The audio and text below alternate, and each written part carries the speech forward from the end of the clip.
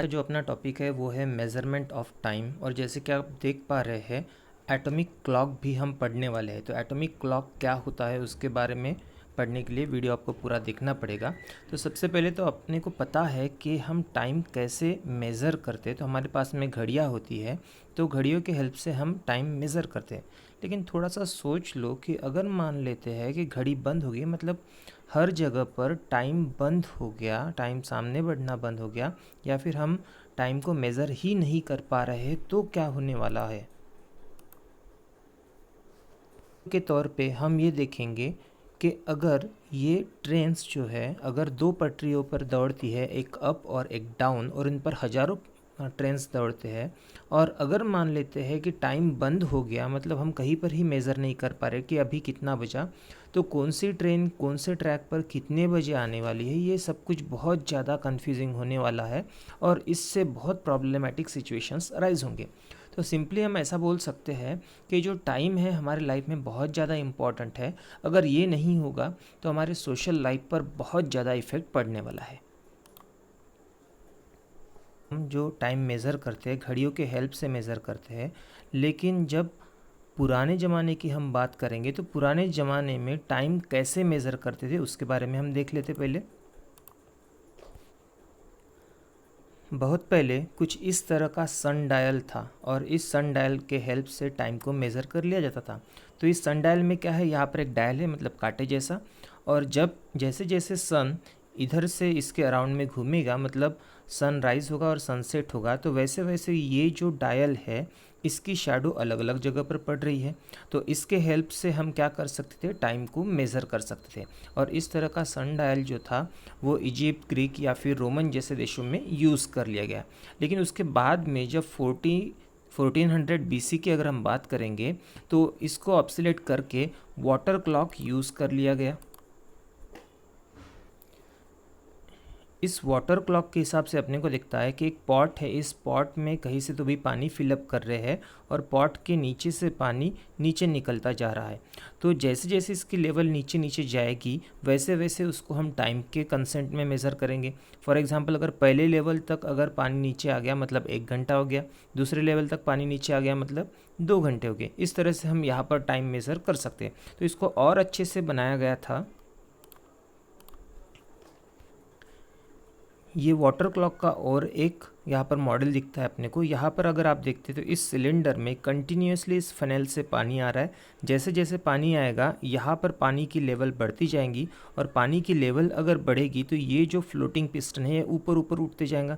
जैसे ऊपर मूव होगा, ऊपर इसके मूव होने के साथ में एक जो गियर लगा है वो घूमेगा। ये गियर घूमेगा तो इसके ऊपर का ये जो पॉइंटर है, कांटा है, वो घूमेगा इस डायल के ऊपर में, और हम टाइम आसानी से मेज़र कर सकते हैं। बाकी भी अरेंजमेंट यहाँ पर दिया है, पानी फिलअप होने का सिस्टम दिया है या फिर ओवरफ्लो होने का भी सिस्टम यहाँ पर अवेलेबल है। इस मॉडल को भी यूज़ कर लिया गया था टाइम मेज़रमेंट करने के लिए। इसका नाम है आवर ग्लास।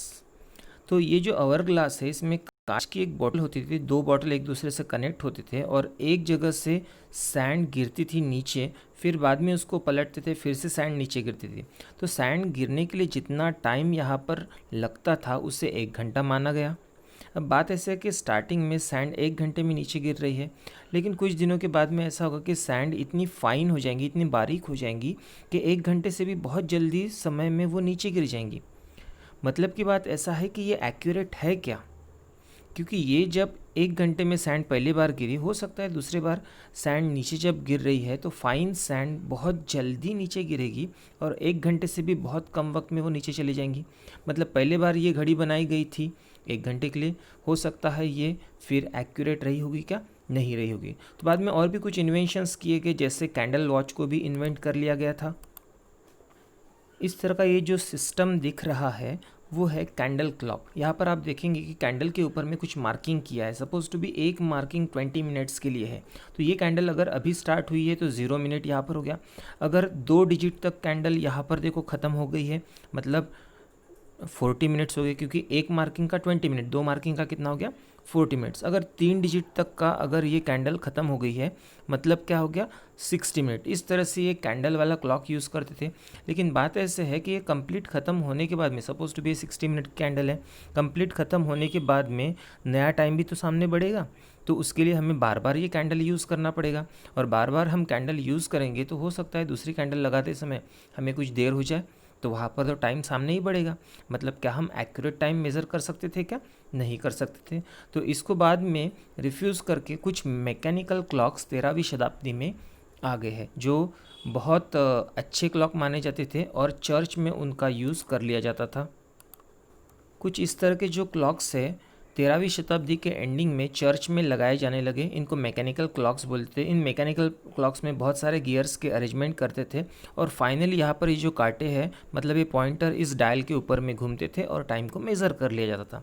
यहाँ पर ये जो मेन गियर है, इसको घुमाने के लिए इसको एक वेट लटका दिया जाता था। इस वेट के कारण ये पहला गियर घूमता था और इसके वजह से बाकी सभी गियर्स घूमते रहते थे और जिसकी वजह से पॉइंटर इस डायल के ऊपर में घूमकर हमें टाइम मेज़र करना सिखाता था। तो ये बहुत पुरानी बात थी। अब बाद में क्या हो गया, इसको भी ऑब्सोलेट करके एक कॉइल स्प्रिंग नाम का एक क्लॉक का मॉडल आ गया। अब कॉइल स्प्रिंग में ऐसी बात थी कि ये जो है यहाँ पर जो वेट लटका के इसको घुमाया जाता है, इसी जगह पर कॉइल का स्प्रिंग यूज़ किया गया। एक बार स्प्रिंग को ट्विस्ट करते थे, बहुत घुमाते थे, छोटा हो जाता था स्प्रिंग, और जैसे ही छोड़ देते थे वो अपने आप में स्प्रिंग बड़ा होता है, एक्सपांड होता है। मतलब पहले हम इसे घुमा घुमा के कॉन्ट्रैक्ट करेंगे और बाद में वो क्या हो जाएगा, एक्सपांड होगा। तो ये सभी सिस्टम बाद में कॉइल स्प्रिंग की हेल्प से घूमने लगा। तो इस तरह का सिस्टम 1450 में पोर्टेबल तरह का एक सिस्टम था। मतलब इसको हम एक जगह से दूसरी जगह तक भी उठा के लेके जा सकते थे, लेकिन ये बहुत महंगा था। इसके कारण में इसको मतलब 1600 शताब्दी के आसपास में बहुत जो अमीर लोग थे वही इनको खरीद पाते थे और अपने घर में इनको रख पाते थे। लेकिन बात भी ऐसी थी कि जो कॉइल स्प्रिंग तरह का सिस्टम था वो टेम्परेचर अफेक्टेड था।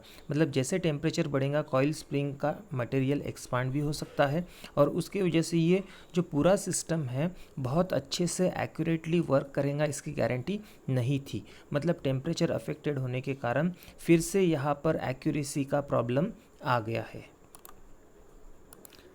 ये देखो यहाँ पर आपको एक स्प्रिंग दिखता है, ये स्प्रिंग इसके ऊपर में वाउंड है और ये वाउंड करने के बाद में जब हमने इसको छोड़े थे, मतलब चाबी वाली घड़ी आपको पता है वो स्प्रिंग सिस्टम वाले क्लॉक होती है। तो यहाँ पर स्प्रिंग वाउंड करने के बाद में जब उसको छोड़ देते थे वो अनवाउंड होते होते अपने साथ में बाकी सभी गियर सिस्टम को घुमाता था। इस तरह से कॉइल स्प्रिंग वाली घड़ी वर्क करती थी, लेकिन ये भी उतनी एक्यूरेट नहीं है क्योंकि टेम्परेचर की वजह से इसके ऊपर में फर्क पड़ता है।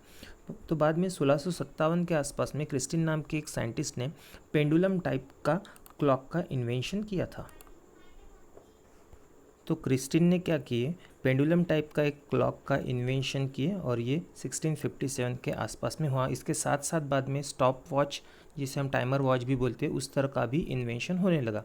मतलब इलेक्ट्रॉनिक वॉचेस अभी अपने पास में अवेलेबल होने वाली थी 1657 के आसपास में। और उसमें बहुत अहम जो रोल निभाया गया था वो एक वॉच थी जिसमें यूज करते थे क्वार्ट्ज क्रिस्टल। उसकी हम बात करेंगे क्वार्ट्ज क्रिस्टल की। तो आप जैसे देख पा रहे हैं इस पूरे सिस्टम में ये जो मैकेनिकल लिंकेज है घड़ी का, ये घुमाने के लिए मेन चीज़ें क्या क्या यूज़ की है यहाँ पर, ये सभी जो सिस्टम है इसमें कनेक्ट किया गया है एक सेल जिसे बैटरी बोला है। आफ्टर ऑल बैटरी लगेगी क्योंकि सर्किट, ये इलेक्ट्रॉनिक सर्किट पूरा कंप्लीट करना था। इस इलेक्ट्रॉनिक सर्किट में कॉर्ड्स ऑसिलेटर यूज़ किया गया है। अभी कॉर्ड्स ऑसिलेटर यूज़ किया गया है इसीलिए बहुत सारे घड़ियों पर कॉर्ड्स लिखा होता है, वो आप लोगों ने देखे होंगे। तो ये जो कॉर्ड्स नाम का जो मटेरियल है, मतलब कॉर्ड्स जो क्रिस्टल है, वो यहाँ पर यूज़ कर लिया जाता था। और ये जो कॉर्ड्स था इसका जो मेन मटेरियल था वो है सिलिकॉन डाइऑक्साइड।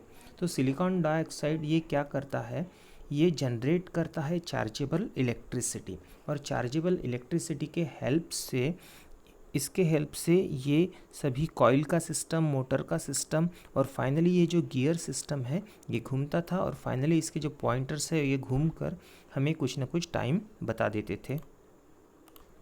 तो ये जो आप देख पा रहे एक सर्किट है, इस सर्किट में कहीं ना कहीं एक लगा है क्वार्ट्ज क्रिस्टल। पहले के ज़माने में क्वार्ट्ज क्रिस्टल कुछ इस तरह से लगे हुए आते थे, बाद में इसको धीरे धीरे फाइंड आउट करते करते इस तरह का क्वार्ट्ज क्रिस्टल लगाते गए। तो ये जो क्वार्ट्ज क्रिस्टल अपने पास में अवेलेबल है, ये ट्यूनिंग फोर्क के टाइप का है। इसकी अगर लेंथ कंसिडर करते हैं तो लगभग इसे 4 mm तक का रखा जाता है और इसकी थिकनेस 0.5 mm तक की रखी जाती है। तो जब क्या होता है, इसका वाइब्रेशन होता है। मैंने स्टार्टिंग में ही बोल दिया आप लोगों को कि यहाँ पर क्या होता है, क्वार्ट्ज क्रिस्टल। और ये क्वार्ट्ज क्रिस्टल क्या होता है, इलेक्ट्रिसिटी जनरेट करता है। क्यों जनरेट करता है कि जब इस तरह के मटेरियल को प्रेस किया जाता है या फिर कंप्रेस किया जाता है तो क्या होता है, इसके सिलिकॉन पॉजिटिव और उसमें जो ऑक्सीजन है वो नेगेटिव का काम करते हैं। इस तरह से यहाँ पर एनर्जी प्रोड्यूस होती है और उसी एनर्जी के वजह से ये जो है ट्यूनिंग फोर्क टाइप का जो सिस्टम है ये वाइब्रेट होता था। अब ये वाइब्रेट कितना होगा, तो वो वाइब्रेट होता था 32,768 हर्ट्ज। इतनी उसकी वाइब्रेशन की फ्रीक्वेंसी थी, मतलब इतनी फ्रीक्वेंसी उसकी वाइब्रेशन की थी। तो इतने फ्रीक्वेंसी को हमने 1 सेकंड में कंसिडर कर लिए, मतलब 32,768 हर्ट्ज पर सेकंड, मतलब 1 सेकंड में इतने फ्रीक्वेंसी से ये वाइब्रेट करता था। और इतने फ्रीक्वेंसी को हमने क्या मान लिए है, 1 सेकंड मान लिए। अब बात ऐसी है कि क्या ये फिर भी एक्यूरेट है क्या? तो ये अगर एक्यूरेट नहीं है तो फिर हमें और क्या चाहिए जो बहुत एक्यूरेटली टाइम देगा? मतलब सिंपल सी बात है कि ये एक्यूरेट नहीं है। हालांकि ये 1969 में डेवलप किया गया था और जबकि ये बहुत इजीली अवेलेबल होता है क्वार्ट्ज क्रिस्टल और सस्ता होने के कारण में बहुत ज़्यादा इसकी घड़ियाँ हम लोग आज भी यूज़ करते हैं, लेकिन ये उतना नहीं है। इसके हेल्प से हम बहुत सारा टाइम सिस्टम मेंटेन करते हैं। जैसे आपने कंप्यूटर्स देखे होंगे, कंप्यूटर को जब हम शट डाउन भी करते हैं लेकिन उसकी घड़ी चालू होती है, तो वहाँ पर किस वजह से चालू होती है, वो क्वार्ट्ज क्रिस्टल के हेल्प से ही चालू होती है। लेकिन इस तरह के सिस्टम के कुछ ड्रॉबैक्स हैं। जब टेम्परेचर पे ये इस एक्सपोज होते हैं तब क्या होता है, टेम्परेचर की वजह से यहाँ पर मटेरियल का एक्सपांशन होता है। अब सब कुछ एक्सपांशन हो गया तो फाइनली इस फ्रीक्वेंसी पर असर पड़ेगा। फ्रीक्वेंसी पर असर पड़ेगा तो पहले जो 1 सेकंड, मतलब हम इतनी हर्ट्ज़ की फ्रीक्वेंसी मानते थे, अभी इसमें कम या फिर ज़्यादा होगा। मतलब ऐसा भी होने लगा कि 30 दिनों में 15 सेकंड घड़ी सामने रहेगी या फिर 15 सेकंड घड़ी पीछे रहेंगी। और यहाँ तक भी मानने लगे कि अगर ये यहाँ पर ऑसिलेटर लगा हुआ है और दूसरे घड़ी का दूसरा ऑसिलेटर है, तो दोनों ऑसिलेटर वाली अलग अलग घड़ियाँ है वो अलग अलग टाइम दिखाएंगी, मतलब दोनों में एरर रहेंगी। ये भी एक बात है, मतलब यहाँ पर भी एक्यूरेसी नहीं आई। और दो अलग अलग घड़ियाँ भी अगर क्वार्ट्ज क्रिस्टल लगा कर भी सेम फ्रीक्वेंसी पर वर्क नहीं कर रही है, मतलब वहाँ पर किसी भी तरह की एक्यूरेसी नहीं है। और हमें अगर एक्यूरेसी की बहुत ज़्यादा ज़रूरत है तो फिर हम क्या करेंगे? तो अपने पास में एक लास्ट ऑप्शन बचेगा और वो है एटॉमिक क्लॉक। अपने पास में ये जो अवेलेबल है ये एटॉमिक क्लॉक का मॉडल है। देखो किस तरह से इसको एनिमेशन में वर्किंग कराती हुई दिखाया है।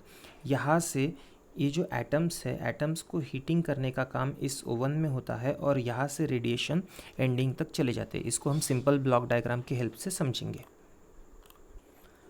हम अगर एक्यूरेट घड़ी की बात करेंगे तो फाइनली अपने पास में एटॉमिक क्लॉक वाला ऑप्शन बचता है और उसी का ये ब्लॉक डायग्राम अपने पास में अवेलेबल है।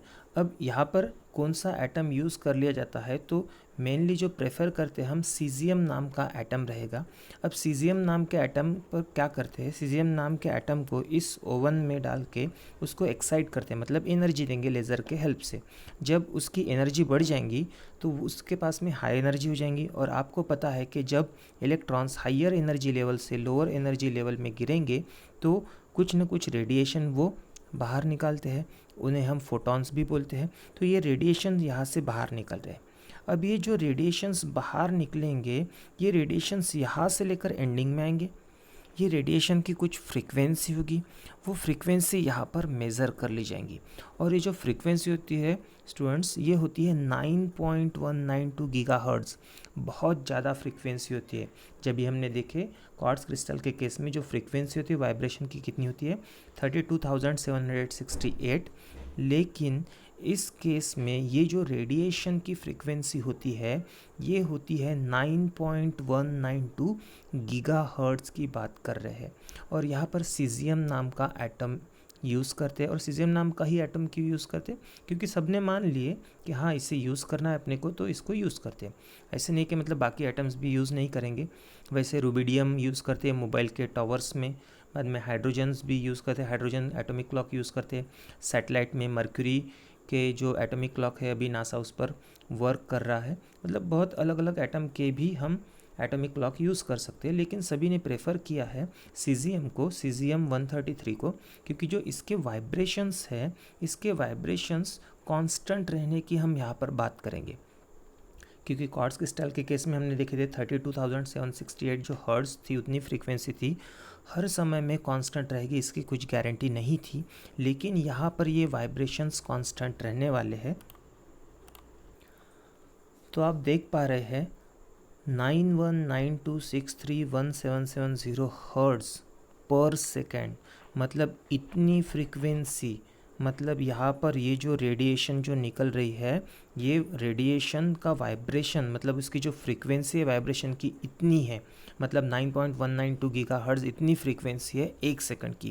तो ये बहुत ज़्यादा एक्यूरेटली वैल्यू अपने पास में मिल गई, क्योंकि 32,768 के कंपेयर से ये वैल्यू बहुत बड़ी हो जाती है एक सेकंड के लिए। तो अभी बहुत एक्यूरेसी वाली टर्म अपने पास में अभी अवेलेबल हो गई। और कभी क्या होता है, इतने जो वाइब्रेशंस है इसमें कुछ कम ज़्यादा होता है तो यहाँ से फीडबैक दिया जाता है, और ये फीडबैक फिर से सामने तक आकर इसे या तो ज़्यादा एनर्जी प्रोवाइड की जाती है एटम को, सीज़ियम को, या फिर उसकी एनर्जी कम कर ली जाती है। क्योंकि अपने को पता है कि जब यहाँ पर सीज़ियम एटम को लेज़र से एनर्जी प्रोवाइड करेंगे वो एक्साइट होगा तो उसकी एनर्जी बढ़ जाएंगी, हाई एनर्जी हो जाएंगी। फिर बाद में हाई एनर्जी होने के बाद में वो अपनी एनर्जी कम भी करेगा, मतलब लो होगी इसकी एनर्जी, चिल करेगा वो। तो इसके वजह से उसके अंदर से निकलेंगे फोटॉन्स, और ये जो फोटॉन्स नाम की जो रेडिएशंस रहेंगे, फोटॉन्स रेडिएशंस रहेंगे, ये रेडिएशन की फ्रीक्वेंसी कितनी होती है? इतनी, एक सेकंड की। तो हम इस एटॉमिक क्लॉक के हेल्प से मान रहे हैं कि एक सेकंड यानी कितना वाइब्रेशन होता है, तो इस रेडिएशन का इतना सारा वाइब्रेशन, मतलब 9.192 गीगाहर्ट्ज़ इतना वाइब्रेशन यहाँ पर हो रहा है। और इसलिए हमने इसे एक स्टैंडर्ड मान के चले हैं। और आपको पता ही है कि मतलब देश में जितने भी मेट्रो कंट्रीज़ सिटीज़ है, मेट्रो सिटीज़, तो उन सभी मेट्रो सिटीज़ में जैसे दिल्ली टाइम कभी आपने मोबाइल पर सुने होंगे, चेन्नई टाइम सुने होंगे, मुंबई टाइम सुने होंगे। तो इस तरह के जो टाइम मोबाइल पर सेट करने के रहते हैं, एक्चुअली वहाँ पर क्या होते हैं, लेबोरेटरीज़ रहते हैं, और उन लेबोरेटरीज़ में इस तरह के एटॉमिक क्लॉक मेंटेन रहते हैं, और उस क्लॉक को हम यूज़ करके अपनी घड़ियाँ सेट करते हैं। ठीक है, हम जो हाथ में घड़ी यूज़ करते हैं वो क्वार्ट्ज क्रिस्टल वाली ही घड़ी होती है, लेकिन उनको भी अगर हम सेट करते हैं तो इस एटॉमिक क्लॉक के टाइमिंग के हिसाब से हम सेट करते हैं। और यहाँ पर जो एटम यूज़ करते हैं वो सीज़ियम 133 होता है। All over the world wide इसको एक्सेप्ट कर लिया गया है। और यहाँ पर अगर हम एरर की भी बात करते हैं तो 100 मिलियन ईयर में से एक सेकंड का ही एरर इसमें डेवलप होता है, जबकि क्वार्ट्ज क्रिस्टल के केस में अपने को पता था कि 30 दिन के बाद में 15 सेकंड का एरर डेवलप होता है। लेकिन यहाँ पर 100 मिलियन ईयर्स के बाद में एक सेकंड का एरर डेवलप होगा। मतलब सोचिए कि कितनी एक्यूरेट ये घड़ी है, इसकी फ्रीक्वेंसी कितनी कांस्टेंट रहने वाली है। तो इस तरह से एटॉमिक क्लॉक वर्क करती है, और इस एटॉमिक क्लॉक से जो भी टाइम मिलता है इस टाइम से हम अपना टाइम मिलाते हैं, मतलब अपने घर की घड़ियों का टाइम मिलाते हैं। तो इस तरह के एटॉमिक क्लॉक जो होते हैं वो देश के नेशनल लेबोरेटरीज़ में अवेलेबल है, दिल्ली में भी अवेलेबल है। इसलिए मैक्सिमम टाइम हम दिल्ली का जो टाइम है वो अपने मोबाइल में हम सेट करते हैं। तो होप सो बच्चों आपको ये कंसेप्ट समझ में आ गया होगा। अगर कुछ पॉइंट इसमें आपको नहीं समझा तो आप मुझे कमेंट कीजिए, मैं उसको रिप्लाई कर दूँगा। आज के लिए बस इतना ही रखते हैं। Thank you.